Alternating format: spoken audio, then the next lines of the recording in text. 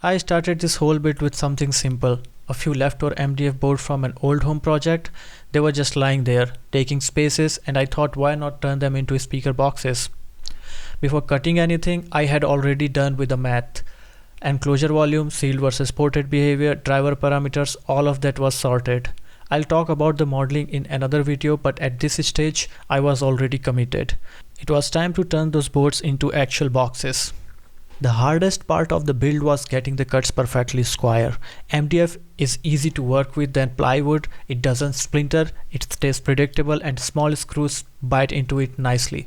But even then, if your angles are off, the whole box starts fighting you. So I kept it simple, glue and screws together. Once the boxes were ready, I covered them with carpet, not the fancy acoustic kind of, but just regular carpet that I had left from another project. But it does two things really well. It hides imperfections and it absorbs surface vibrations, these tiny vibrations that travel across the box walls. The carpet kills them, and that means cleaner sound. Plus, it looks surprisingly good in the living room. Inside the boxes, I added damping materials and tuned it later to match the frequency response of the drivers. After finishing them, the speakers looked like they belonged in the room, both acoustically and aesthetically.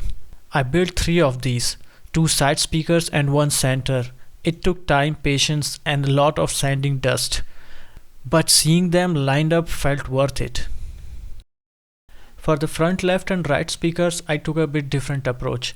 I had two old JBL boxes lying around, and instead of building new ones, I decided to reuse them.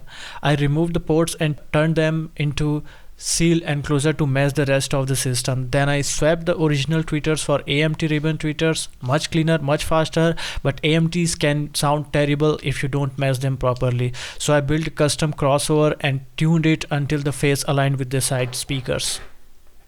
The subwoofer was another experiment. I reused a 16-liter sealed enclosure and dropped in the Peerless XLS driver.